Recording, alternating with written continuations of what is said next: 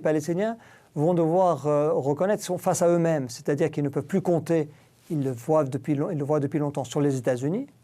Même l'administration Obama, dans laquelle j'ai servi, a déçu les Palestiniens. Maintenant, l'administration Trump, évidemment, beaucoup plus. Donc, ils savent qu'ils ne peuvent pas compter sur l'aide américaine pour obtenir leur État libre et souverain.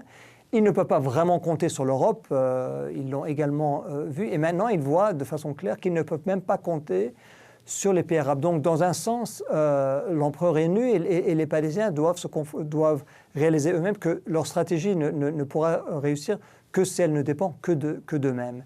Ce n'est pas facile, je le reconnais, mais ils vont devoir. Je pense qu'il y a un besoin d'aggiornamento, d'essayer de revenir sur la stratégie palestinienne, de comprendre comment d'abord ils peuvent réunifier leurs rangs, parce que les Palestiniens divisés ne réaliseront jamais leurs objectifs, mais également quelle est leur stratégie, quels sont leurs objectifs, parce qu'aujourd'hui, ils ont atteint une impasse sans précédent dans l'histoire récente où ils sont sous occupation, la voie diplomatique a échoué, la voie militaire a également, et bien sûr depuis longtemps, échoué, la voie légale à travers la Cour internationale de justice n'a pas réussi non plus, et maintenant les solidarités internationales sont en train de se défaire un à un. Le monde, certainement le monde arabe, est en train de se détourner de la question palestinienne.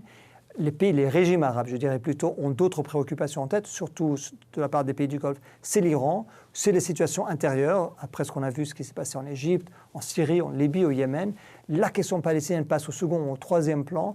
Comme je l'ai dit, les dirigeants palestiniens, les citoyens, le peuple palestinien a maintenant une responsabilité difficile, qui est de dire comment est-ce qu'ils vont réussir à conduire leur lutte dans un monde, dans un contexte qui leur est extrêmement défavorable.